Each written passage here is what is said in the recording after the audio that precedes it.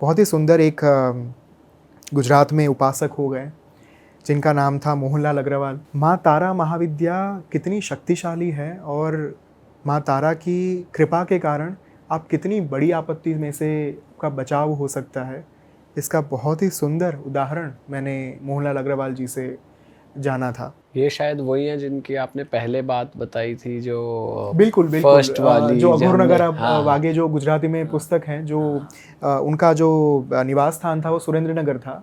गुजरात का ही एक शहर है सुरेंद्र नगर। और उन्होंने अपने पूरे जीवन में यही कार्य किया, अलग अलग तांत्रिक, अघोरी, नागा साधु सभी से मिलकर अपनी साधना के माध्यम से उन्होंने बहुत सारी चीज़ें जो है वो एकत्रित की और फिर उसे पुस्तक में ढाल दी। तो ये मैं बात कर रहा हूँ 1970s की।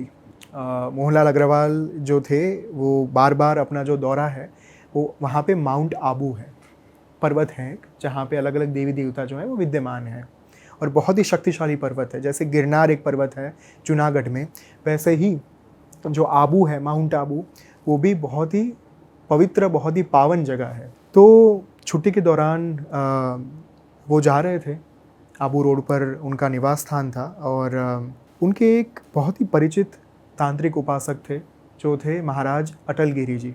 अटल गिरी जी महाराज के वहाँ पे वे रुके हुए थे एक दिन के लिए और उन्होंने कहा कि महाराज मैं कल आबू जा रहा हूँ और फिर मैं लौट आऊँगा। तो अटल गिरी जी जो थे, अटल गिरी जी ने उनसे कहा कि मुझे अशुभ संकेत प्राप्त हो रहे हैं, मैं आपको सलाह देता हूँ कि आप ना जाएं। पर विधि का विधान तय था और वे गए आबू पे। वहाँ पे रघुनाथ मंदिर में उनका निवास था। जैसे ही आबू पे एक बहुत सुंदर जगह है, अगर आप कभी माउंट आबू अगर आप जाएंगे तो आपको पता चलेगा कि वहाँ पे सनसेट पॉइंट है, सूर्यास्त जो है बहुत सुंदर दिखता है वहाँ से। वो वहाँ पे थे, सूर्यास्त का आनंद ले रहे थे। उसी समय एक अमेरिकन लेडी जो है वो उनके पास आई जिनका नाम था क्रिस। तो क्रिस ने उनसे आकर कहा कि वो अपने अंकल के साथ थी, शायद मुझे अंकल का नाम याद नहीं आ रहा, विलियम या फिर कुछ नाम था उनका। क्रिस ने आकर कहा कि मैं भारत की संस्कृति के ऊपर बहुत सुदीर्घ काम कर रही हूँ, संशोधन कर रही हूँ मैं, और मैंने अभी तक स्वामी विवेकानंद के ऊपर काम कर लिया है। मेरा एनालिसिस जो है, रिसर्च जो है वो उनके ऊपर पूर्ण हो चुका है और गांधी जी के ऊपर मैंने रिसर्च कर लिया है। लेकिन अब मैं चाहती हूँ कि किसी एसोटेरिक साइंस यानी कि तंत्र विद्या के साथ जुड़े हुए व्यक्ति का जो है मैं उनके ऊपर रिसर्च करूं। तो आप क्या मुझे कोई चमत्कार दिखा सकते हैं? यहाँ पे एक बात मैं ये ऐड करना चाहूँगा कि आज की तारीख में बहुत लोग ये कहते हैं कि चमत्कार दिखाओ, अगर तंत्र विद्या है, अगर आप वाकई में इतना कर सकते हो तो ये करके बताओ, वो करके बताओ। तो वो जो लेडी थी क्रिस, उन्होंने भी कहा मोहनलाल अग्रवाल से कि मुझे चमत्कार दिखाओ, मैं वो लिखना चाहती हूँ। तो मोहनलाल अग्रवाल वॉज लाइक कि मैं प्रयास कर सकता हूँ लेकिन आपको कह नहीं सकता कि ये होगा या नहीं होगा। दूसरे दिन वो उनको दीनानाथ जी के पास ले गए। दीनानाथ जी जो थे वो उस समय के बहुत बड़े संत थे जो आबू पे ही स्थित थे, उनका निवास स्थान भी वहाँ पे ही था। दीनानाथ जी ने शुरुआत में औपचारिक बातें हुई, फॉर्मल बातें हुई, और वो तो महान संत थे, उनको पता चल गया कि ये किस उद्देश्य के साथ यहाँ पे आए हुए हैं। उन्होंने कहा कि आपको चमत्कार ही देखना है ना, मैं आपको दिखाता हूँ। अंदर से वो एक खप्पर लेकर आए, पात्र में उन्होंने उसके पात्र के ऊपर एक लाल रंग का कपड़ा डाल दिया। क्रिस को बोला कि आप अपने मन में जो सोचना चाहते हो वो सोचो, आप वहाँ की यानी कि अमेरिका की कोई ऐसी चीज़ मुझे बताओ जो आप वहाँ पे बहुत पसंद करते हो। तो क्रिस ने कुछ चीज़ें सोची, सोचने के बाद उन्होंने कहा कि हाँ, मैंने जो चीज़ें हैं उसकी कल्पना कर ली है। थोड़ी देर के बाद मंत्र फूंकने के बाद दीनानाथ जी ने वो कपड़ा हटाया खप्पर पर से। उसी में वही चॉकलेट्स, वही परफ्यूम, वही सारी चीज़ें थी जो क्रिस ने अपने मन में सोची थी। और क्रिस ने तो साष्टांग दंडवत प्रणाम कर दिया कि आप ही ईश्वर हो, आप ही भगवान। क्योंकि जब एक बाहर का इंसान यहाँ पे आकर कोई ऐसी चीज़ देखता है तो उन्हें पता नहीं चलता कि ये बहुत आम बात है भारत के लिए। भारत की जो विरासत रही है, भारत की जो विद्याएं रही है, उसके सामने तो ये कुछ भी नहीं है। ये सारी घटना हुई, उसमें दोपहर के 3-4 बज गए। और आबू का जो एटमॉस्फेयर है वो वैसा है कि 4 बजे में आपको ये लगे कि शाम के 4 बजे हैं, लेकिन रात को 8-9 बज चुके हो, ऐसा आपको प्रतीत हो वहाँ पे। तो Mohanlal Agarwal was little bit concerned कि अगर आप अभी हम टाइम पे वापस नहीं गए तो बहुत ही अनर्थ हो जाएगा और ये रात बहुत गहरी होती है यहाँ की। क्रिस को लेकर वो वापस आ ही रहे थे कि रास्ते में उन्हें एक अघोरी मिले। 6.5 फीट की उनकी हाइट थी और विकराल स्वरूप था उनका, बहुत ही भयानक लग रहे थे। दांत लाल रंग के और आंखें जो है वो लाल रंग की, ऐसा ही लग रहा था कि जैसे किसी कोई नशा करके आए हो। अघोरी ने आकर उनसे कहा कि कहाँ जा रहे हो।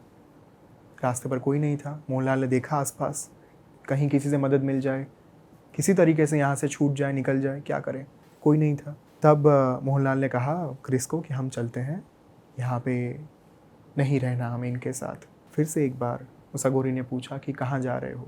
इस बार अघोरी ने अपने झोली में से एक चिल्लम निकाली, जो साधु महात्मा जो है वो फूकते रहते हैं, चिल्लम निकाली। और ये जो हमारी अमेरिकन लड़की थी क्रिस, उसके लिए तो ये एक फैसिनेशन था, क्योंकि फ़ोटोज़ में भी देखते हैं ना, तो जब आप इंडिया के कल्चर के बारे में, अघोर पंथ के बारे में टाइप करोगे गूगल पर, तो आपको चिल्लम लिए बैठे साधु संत ही दिखेंगे। उसने तुरंत चिल्लम ले ली, उसने चिल्लम फूंक ली। क्रिस ने फूंक ली। ओके। वो जो अघोरी थे, मोहनलाल अग्रवाल को यही था कि अघोरी हो नहीं सकते, कापालिक होने चाहिए। उनके दीदार पर से ये लग रहा था कि वो कापालिक ही होंगे। कापालिक क्या होते हैं भाई? कापालिक जो मैंने कहा कि जो एक्सट्रीम लेवल की वामाचार साधना करते हैं, जहाँ पे बलि विधान, नर बलि, यानी कि जो एक इंसान है उसकी भी बलि दी जाती है, उस टाइप की जो साधना रहती है वो कापालिक साधना होती है। तो चिल्लम पीने के बाद कापालिक ने कहा कि चलो मेरे साथ। और क्रिस को जैसे एक वो खिलौना आता है ना, चाबी देकर आप चला सकते हो उस खिलौने को, वशीकरण हो गया। बिल्कुल, वो पूरा उनके विधान के साथ जो है वो चल पड़ी। वैसे चिल्लम में क्या पदार्थ था वो? नहीं, वो कुछ देखिए, जब आप किसी पदार्थ द्रव्यों का उपयोग वशीकरण के लिए करते हैं ना, तब वो पदार्थ कुछ भी हो सकता है। वो खाना भी हो सकता है, कुछ भी हो सकता है, XYZ चीज़ें हो सकती हैं। तो चिल्लम के माध्यम से उन्होंने उनके मन को अपने वश में कर लिया और चल दिए।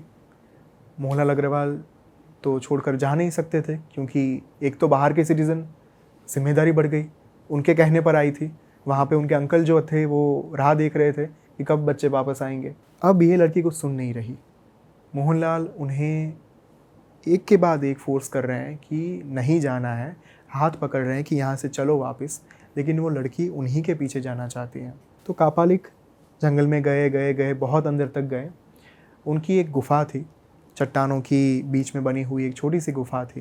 गुफा में जाने के बाद कापालिक ने ये आदेश दिया कि आप सिंहासन के ऊपर बैठ जाओ। मोहनलाल को तो नहीं बैठना था, लेकिन अगेन क्रिस ने जो है वहाँ पे एक रीछ का पड़ा हुआ था आसन, उसके ऊपर वो बैठ गई गद्दा बिछा के। कापालिक ने आदेश दिया कि वस्त्र उतार दो। वस्त्र उतारने के बाद कुछ प्रक्रियाएं करी गई, जिसे योनि पूजा कहा जाता है। योनि पूजा एक ऐसा माध्यम है जहाँ पे आप देवी के स्वरूप को एक महिला की शरीर में स्थापित कर सकते हैं थ्रू वजाइना। उससे कहा गया है योनि पूजा। योनि पूजा के माध्यम से चीज़ें करी गई और मोहनलाल ने सोच लिया था कि अगर अब मुझे यहाँ से छुटकारा नहीं मिला, तो चाहे मुझे इस कापालिक को मारना ही क्यों ना पड़े, मैं मारकर भी इस बच्ची को बचाऊंगा, क्योंकि जिम्मेदारी मेरे ऊपर है, उत्तरदायित्व मेरे ऊपर है। योनि पूजा के बाद वो अघोरी जो था वो बाहर निकल गया गुफा से, और क्रिस अभी भी उसके ही वश में थी। सुबह हो गई। ये पूरी प्रक्रिया जो है वो रात तक चली। तो वो कुछ नहीं कर पाए? कुछ नहीं कर पाए। वो सुबह हो गई, 5-6 बजे का टाइम था। क्रिस को लेकर वो उठे कि चलो अब ये खुद नहीं उठ रही, मैं इसको फोर्सफुली बाहर लेकर जाता हूँ, यहाँ से भाग चलते हैं, क्योंकि अघोरी अभी वो कापालिक तो यहाँ पे है नहीं। बाहर ले जाकर जब उन्होंने हार्डली 300 मीटर या फिर उतना कुछ चला होगा, उनके पेट में ज़ोरों से दर्द होने लगा। वो नीचे बैठ गए। वो एक हद से ज़्यादा आगे ही नहीं बढ़ पाए। दोनों के पेट में एक साथ दर्द होने लगा। तब जाकर मोहनलाल को तो समझ में आ गया, क्योंकि वो खुद एक उपासक थे, कि यहाँ पे कापालिक ने एक सीमा को बांध के रखा हुआ है। सीमा को बांधना यानी अगर वो कापालिक नहीं चाहता कि आप यहाँ से बाहर निकलो, तो सीमा को एक शक्ति के माध्यम से, ऊर्जा के माध्यम से बांध दिया जाता है। अगर वहाँ से बाहर निकलने की कोशिश करो आप, तो आपके शरीर में दर्द पीड़ा जो है वो होने लगती है और फिर से उस इंसान को, मनुष्य को वापस उसी घेरे में आना पड़ता है। तो मोहनलाल समझ गए कि यही केस है। वो फिर से क्रिस को लेकर गुफा में आ गए। गुफा में आए और थोड़ी ही देर के बाद फिर से कापालिक जो है वो वहाँ पे आ गया, लेकिन इस बार वो एक बकरे को लेकर आया था बलि देने के लिए। तो जब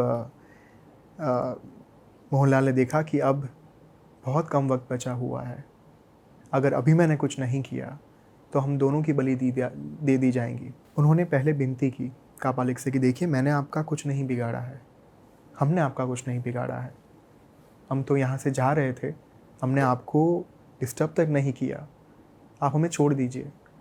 तब कापालिक ने कहा कि तुम्हें तो मैं छोड़ सकता हूँ, लेकिन इस महिला को नहीं छोड़ूंगा, क्योंकि वो मेरी साधना का साधन है। तो मोहनलाल उनके बिना तो जाना नहीं चाहते थे। विधि विधान शुरू हुए फिर से एक बार, अगेन बलि दी गई, सारी चीज़ें हुई। बलि देने के बाद जैसे ही उन्होंने अपनी विधि जो है वो आगे आरंभ करने के लिए फिर से शुरू की, उससे पहले मोहनलाल ने एक शस्त्र उठाकर उनके ऊपर प्रहार किया। जब वो प्रहार किया उसी वक्त पे वो जो महिला थी उन्होंने अट्टहास्य किया। अट्टहास्य यानी एक बहुत ही बड़े आवाज़ में हंसना। जो महाकाली का जो अट्टहास्य होता है, जो माँ तारा का अट्टहास्य होता है, वही अट्टहास्य जो है वो उस महिला ने यानी कि क्रिस ने किया। अब जो घाव किया गया था कापालिक के ऊपर, उस घाव के कारण कापालिक क्रोधित हो गया। अब तो नहीं छोड़ूंगा। वो जैसे ही मोहनलाल के ऊपर आक्रमण करने के लिए जाए, उससे पहले बाहर से, गुफा के बाहर से उन्हें फिर से एक बार अट्टहास्य सुनाई दिया। जैसे माँ बाहर खड़े रहकर पूरे ब्रह्मांड को सुनाई दे, उतनी बड़ी आवाज़ में माँ हंस रही थी। और कापालिक को लगा कि मैंने जिस माँ को यहाँ पे इस स्त्री के, महिला के शरीर में स्थापित किया था, वही माँ यहाँ से बाहर निकल गई है, मुझे उनको वापस से यहाँ पे लाना होगा। और वो अपना शस्त्र जो है वो रख के भागा गुफा के बाहर कि मैं माँ को तो नहीं जाने दे सकता, क्योंकि उनके प्रागट्य के लिए तो इतनी साधना की है मैंने। वो जैसे ही बाहर गया, तुरंत मोहनलाल अग्रवाल ने जो क्रिस थी उनको अच्छे से कपड़े पहनाए और वो सारी चीज़ें हुई। थोड़ी ही देर में वो जो कापालिक था उसके चीखने की आवाज़ सुनाई दी। अब मोहनलाल फिर से डर गए कि ये क्या हुआ। उन्हें लगा कि अब जब कापालिक वापस आएगा तब मुझे भी नहीं छोड़ेगा, इसे भी काट देगा, क्योंकि एक तो वो क्रोधित होकर गया था। अब वो जो लेकर आएगा, अब मृत्यु निश्चित है, और सिर्फ मृत्यु ही नहीं आएगी, बहुत ही करुण मृत्यु होगी।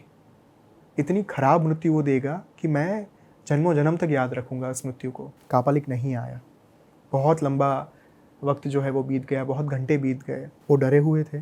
धीरे धीरे क्रिस जो है वो अपने मूल अवस्था में वापस आ रही थी। अब मोहनलाल को समझ में नहीं आ रहा था कि ये क्या हुआ। क्रिस की मानसिक अवस्था जो है वो फिर से एक बार स्टेबल हो गई। उसे कुछ याद नहीं था कि मेरे साथ क्या हुआ। उसने पूछा मोहनलाल से कि हम कहाँ पे हैं, क्या कर रहे हैं। लास्ट मेमोरी जो उनकी थी वो दीनानाथ जी के पास थी। दीनानाथ जी ने जो चमत्कार दिखाया था वही उनको लास्ट याद था कि हम तो वहाँ पे थे, वहाँ से फिर यहाँ कैसे पहुँचे। मोहनलाल थोड़ी देर के बाद गुफा से बाहर निकले, फिर से हाथ में शस्त्र लेकर। कहीं अगर वो बाहर खड़ा होगा तो इस बार मैं मार दूंगा, इस बार नहीं छोड़ूंगा, चाहे मुझे ही क्यों ना मरना पड़े, मैं मार दूंगा इस बार। कोई नहीं था। जैसे ही दोनों बाहर निकले, क्रिस और मोहनलाल, क्रिस ने एक पेड़ के नीचे, उनकी दृष्टि गई, उनकी वहाँ पे नज़र गई, वो चीख पड़ी, क्योंकि जो कापालिक था वो वहाँ पे मरा हुआ पड़ा था। उनकी जो आंतें थी वो बाहर थी, उनके पैर मुड़ चुके थे, उनका जो धड़ था वो अलग था, मस्तक था वो कहीं पे लटक रहा था। अरे बाप रे। तो मोहनलाल को समझ में नहीं आया कि ये क्या हो गया, ये कैसे हो गया। ज़रूर किसी ईश्वरीय शक्ति ने मदद की है, उसके अलावा ये संभव ही नहीं है। और तुरंत वो भागे भागे वहाँ से निकले। और जैसे वो सीमा आई, जो मर्यादा थी, बाउंड्री थी, वो बाउंड्री के पास पहुँच के उन्होंने फिर से एक बार ये चेक किया कि कहीं पेट दर्द हो रहा है, क्या हो रहा है, कुछ नहीं। लेकिन कोई दर्द नहीं हुआ, कोई पीड़ा नहीं हुई उन्हें। वो भाग गए तुरंत ही, और 2 दिन इस चक्कर में बीत गए थे। वो तुरंत अपने जो आबू, जहाँ पे वे रुके हुए थे, वहाँ पे पहुँचे। आबू में जो उनके अंकल थे, विलियम या जो नाम था उनका, वो राह देख रहे थे। उन्होंने तो एफआईआर दर्ज करवा दी थी और पुलिस ढूंढ रही थी। सबको ये लग रहा था कि मोहनलाल अग्रवाल उनको लेकर गायब हो गए। इल्ज़ाम जो है वो मोहनलाल के ऊपर ही लगा हुआ था। लेकिन बाद में सारी बातें क्लियर हुई। क्लियर होने के बाद जब क्रिस को वापस रवाना कर दिया गया अमेरिका के लिए, उसके बाद वे पहुँचे अटल गिरी जी के पास वापस। वो अटल गिरी जी आबू जाने से पहले जिन्होंने कहा था कि आप मत जाओ, मुझे लग रहा है कोई अशुभ कुछ होने वाला है, उन्हीं अटल गिरी जी के पास पहुंचकर जब वे बैठे, तब अटल गिरी जी ने सबसे पहला प्रश्न यही किया कि सब कुशल मंगल तो है ना, आपको कुछ हुआ तो नहीं ना। मोहनलाल को तो आश्चर्य नहीं हुआ, क्योंकि वे जानते थे कि वो कितने बड़े सिद्ध हैं। मोहनलाल ने पूछा कि आप बताइए कि हुआ क्या हमारे साथ, और हमारी रक्षा किस शक्ति ने की। जहाँ पे पंछी तक नहीं आ सकता था, वहाँ पे हमारा बचाव किया किसने। अटल गिरी जी ने कहा कि जब मैंने आपको कहा था कि कुछ अशुभ संकेत मुझे लग रहा है, मिल रहा है, आपको नहीं जाना चाहिए, उस समय पर जब दूसरे दिन आप वापस नहीं आए यहाँ पे, तब मैंने अपने चक्र जो है वो गतिमान कर दिए थे। अटल गिरी जी ने कहा कि मैंने अपने गुरु का संपर्क किया। उनके गुरु अनादिनाथ जी, जो गुजरात के बहुत बड़े आप कह सकते हैं कि महाविद्या उपासक थे। अनादिनाथ जी जो हैं वो अटल गिरी जी के गुरु थे।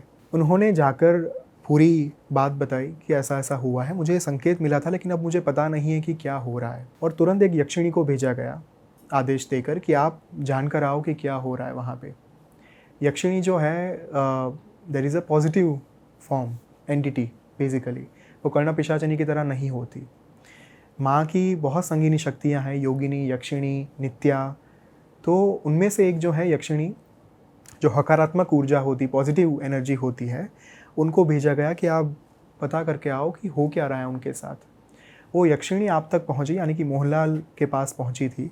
और जब उन्होंने देखा कि ये चीज़ें क्या हो रही है, कैसे हो रही है, यक्षिणी ने आकर सारी बात इनको बताई। तब जाकर जो अनादिनाथ जी थे, उन्होंने माँ तारा का आवाहन किया, जो महाविद्या थी, जो उनको सिद्ध थी। उन्होंने माँ तारा का, उनकी साधना की थी, उनकी उपासना की थी पूरे जीवन। और जैसा कि मैंने कहा उग्र तारा के बारे में, अगर आपके जीवन में उग्र आपत्तियाँ हैं, उग्र आपत्ति यानी एक्सट्रीम लेवल ऑफ टर्बुलेंस, उस वक्त पर उग्र तारा आपको बचा सकती है। और अनादिनाथ जी ने उग्र तारा का आवाहन किया, उनको इन्वोक किया। इन्वोक करने के बाद उन्होंने माँ से प्रार्थना की कि हमारी 2 संतान जो हैं वो यहाँ पे फंसी हुई हैं, आप उनको बचाइए। और अनादिनाथ जी के आदेश पर, उनकी प्रार्थना पर, उनकी विनती पर माँ यहाँ पे आई। और यहाँ पे एक रहस्य का उद्घाटन हुआ। जो क्रिस, जो गुफा में उसने जो अट्टहास्य किया था, वो अट्टहास्य स्वयं माँ तारा का था। अटल गिरी जी ने कहा कि माँ ये चाहती थी कि आपको गुफा से बाहर निकालकर वो जो महिला है, वो महिला के शरीर में रहकर माँ कापालिक का वध कर देगी, लेकिन आपने हमला कर दिया कापालिक के ऊपर। अब माँ अपना काम पूर्ण नहीं कर पाई। अब माँ ने गुफा से बाहर जाकर अट्टहास्य किया, जिसके कारण कापालिक भागते हुए गुफा के बाहर गया था। वो वास्तव में माँ का हास्य था, लेकिन कापालिक को ये लगा कि उनकी जो देवी हैं वो प्रसन्न होकर बाहर हैं। तो ये पूरा भ्रम पैदा किया गया। जब कापालिक बाहर गया, माँ प्रचंड ऊर्जा की स्वामिनी है, माँ ने एक ही झटके में कापालिक को काट के उसका वध कर दिया। तो यहाँ पे जो घटना हुई, मोहनलाल ने पूछा कि हम उस सीमा रेखा से बाहर क्यों नहीं निकल पा रहे थे। तब अटल गिरी जी ने कहा कि सीमा को बांधा गया था कलवे के द्वारा। कच्चा कलवा एक टर्म होती है, जहाँ पे आप एक छोटे बच्चे की आत्मा के माध्यम से उसे कुछ कार्य जो है वो सौंप सकते हैं और कुछ कार्य जो है वो करवा सकते हैं उनसे। तो कच्चा कलवा के कारण वो जो बाउंड्री थी, वहाँ से आप बाहर निकलते तो आपको वो आत्मा जो है वो पीड़ा पहुँचाती है। यहाँ पे मैं एक मूवी की बारे में बात करना चाहूँगा, जो है ब्रह्मयुगम, जो बहुत ही रिसेंटली आई है और मैंने आई थिंक थोड़े दिन पहले देखी। साउथ इंडियन मूवी है। ब्रह्मयुगम में एक टर्म इस्तेमाल हुई है, चातन। चातन जो है साउथ इंडिया में उसे कहा गया है वही कलवा इन शॉर्ट, और वहाँ पे यही बात करी गई है पूरी। कि कैसे एक बच्चे की आत्मा को जागृत किया जाता है अपने कुछ कार्य को करवाने के लिए। और बहुत ही सुंदर, जैसे कांतारा मूवी थी ना, वह उतनी ही इंटेंस, उतनी ही पावरफुल ये ब्रह्मयुगम जो है वो मूवी थी। तो वहाँ पे ये बात और ज़्यादा आपको अच्छे से देखने को मिलेगी कि ये कैसे होता है, क्या काम करता है कलवा बेसिकली। तो उस कलवे को इस कारण की वजह से वहाँ पे रखा गया था। और फिर जाकर जब माँ ने सारी चीज़ें हटाई, जो माया वहाँ पे फैली हुई थी, उस माया को हटाया, उस कापालिक का वध किया। एक और प्रश्न आया मोहनलाल के दिमाग में कि ये कापालिक था कौन, हमारे पीछे ही क्यों पड़ा था, कोई भी हो सकते थे, हम ही क्यों। तब जाकर अटल गिरी जी ने बताया कि वो कापालिक जो हैं वो मूल आसाम का था। आसाम में उसने किसी के पास से कापालिक दीक्षा ली थी, प्राप्त की थी। कापालिक दीक्षा लेने के बाद वो हिमालय चला गया था। वहाँ पे जो वास्तविक साधु संत महात्मा थे उनको वो परेशान करने लगा था। अब उस समय के दौरान उसका जो पाला पड़ा एक ऐसे सिद्ध महात्मा के साथ, जिन्होंने उसे फेंक कर पहुँचा दिया राजस्थान के रण विस्तार में। राजस्थान के रण से वो चलता चलता चलता आबू तक पहुँचाया और फिर उसने अपना निवास स्थान जो है वो आबू को ही बना दिया। उसका नाम था भैरवपुरी। ऐसा भी हो सकता है वैसे कि टेलीपोर्ट ही कर दिया, एक किसी और जगह भेज दिया। तब होता है जो हम ये मान के चलते हैं ना कि विज्ञान यहाँ तक ही है, लेकिन विज्ञान तो इस आकाशगंगा से बाहर भी नहीं निकल पाया। लेकिन इसका अर्थ ये तो नहीं कि अलग अलग आकाशगंगाएं नहीं हैं। विज्ञान नहीं पहुँच पाया, उसका अर्थ ये नहीं कि वो चीज़ है नहीं। तो हिमालय में वो चीज़ हुई जहाँ पे उनको फेंक कर राजस्थान के रण विस्तार में डाल दिया गया और वहाँ से वो भैरवपुरी जो कापालिक था वो चलता चलता आबू पहुँच गया। आबू पहुँचने के बाद उसने अपनी जो है भैरव की साधना शुरू कर दी थी।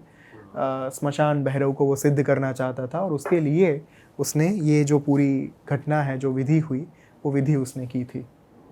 तो इस तरीके से माँ तारा ने, जो महाविद्या है, उन्होंने अपने भक्त की रक्षा की। अगर आप माँ की ओर एक बार सिर्फ करुणा भरी दृष्टि डाल दोगे तो भी माँ आपके लिए, आपको बचाने के लिए आ जाएंगी। बहुत ही सुंदर एक संस्कृत में विधान है माँ के लिए, पंचशून्य स्थिता तारा सर्वांते कालिका स्थिता, जिसका अर्थ है कि जहाँ पे पंच महाभूत की बात आती है, पंच महाभूत से बने इस देह यानी कि जल अग्नि आकाश वायु पृथ्वी, इससे बने जो देह की बात आती है ना, वहाँ पे माँ तारा हमेशा विद्यमान रहती है, तत्पर रहती है अपने बच्चे को सहाय करने के लिए, अपनी संतान की सहायता करने के लिए।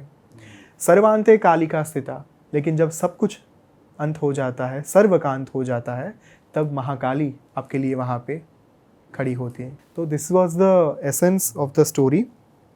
तो माँ काली जो हैं उनकी साधना महर्षि वशिष्ठ ने भी की थी। महर्षि वशिष्ठ जो भगवान राम के गुरु थे, लोग ये बात बहुत कम जानते हैं कि वो स्वयं एक तंत्र उपासक थे। और जब आप ताराणव तंत्र पढ़ेंगे, तारा तंत्र पढ़ेंगे, मैं बहुत ही सुंदर एक ग्रंथ पढ़ रहा था, योगेश्वरानंद जी लिखित एक ग्रंथ है जिसका नाम है तारा तंत्रम। तारा तंत्रम में ये बात दी गई है, महर्षि वशिष्ठ की पूरी एक कथा दी गई है, जहाँ पे कई सालों तक महर्षि वशिष्ठ ने माँ तारा की उपासना की थी, उनकी साधना की थी वैदिक विधि विधान के साथ, यानी कि सात्विक पद्धति के साथ।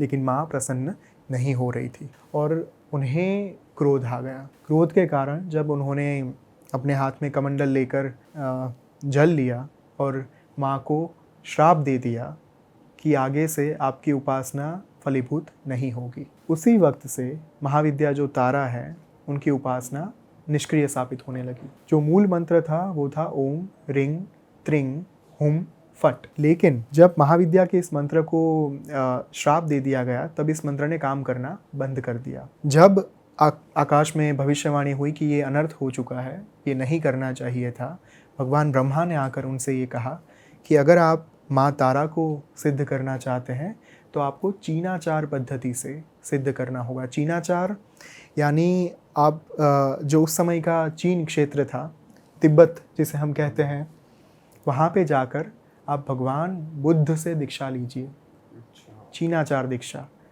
यहाँ पे अगेन बहुत ही कम लोग ये बात जानते हैं कि बुद्ध सिर्फ गौतम बुद्ध ही नहीं थे। गौतम बुद्ध तो 7वें बुद्ध थे, 7th बुद्ध।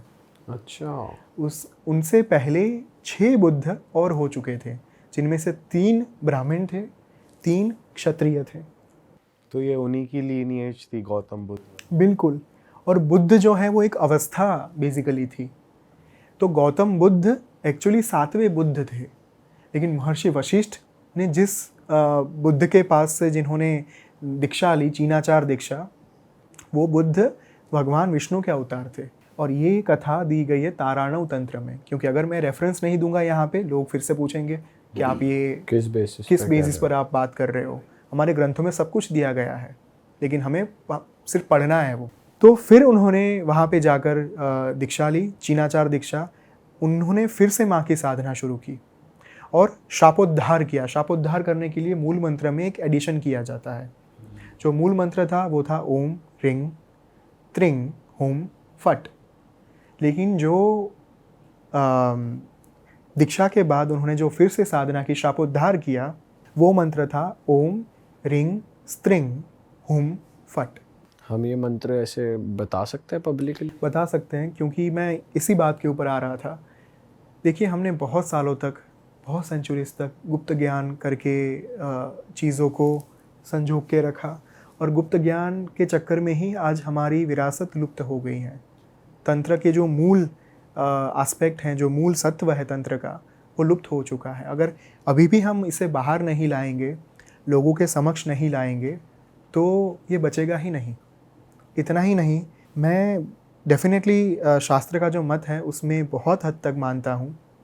उसमें ही मेरा विश्वास है कि गुरु के आदेश और गुरु की आज्ञा से, गुरु की दीक्षा प्राप्त करके ही आपको महाविद्या की साधना में आपको शुरू करनी चाहिए। गुरु की दीक्षा के बिना, गुरु के बिना या फिर गुरु की आज्ञा के बिना महाविद्या साधना जो है वो बहुत बार कठिन साबित हो सकती है। लेकिन मैं मंत्र इसलिए कह रहा हूँ ताकि लोगों तक ये बात पहुँचे आगे जाकर। जो हमें देख रहे हैं, हमारे व्यूअर्स, उनमें से एटलीस्ट 1 या 2 साधक ऐसे निकले जो महाविद्या तक पहुंचने के लिए पहले जो शास्त्रों में दी गई पद्धतियां हैं वो साधना करें, फिर आगे जाकर महाविद्या की साधना भी करें, माँ तारा के मंत्र को जो है वो सिद्ध करें। अगर 2 लोग भी ऐसे होंगे तो भी हमारी ये जो बात है, हमारा जो ये पॉडकास्ट है, वो सफल है। पर ये प्रोसेस तो काफ़ी लंबा होगा, मतलब प्रोसेस 15-20 बहुत लंबा, साल कह सकते हैं आराम से कम 15-20 साल। और तो ऐसे महर्षि वशिष्ठ ने जो है शापोद्धार किया, और शापोद्धार के पश्चात हमें नया मंत्र मिला, ओम रिंग स्त्रिंग हुम फट। तो जो उग्र तारा देवी हैं उनका मंत्र ये है। फिर जो एक जटा, जो हमने माँ के स्वरूप के बारे में बताया, उनका मंत्र भी इन्हीं मंत्र में से आया है, और नील सरस्वती का मंत्र जो है वो भी इसी मंत्र में से फिर हमें प्राप्त होता है।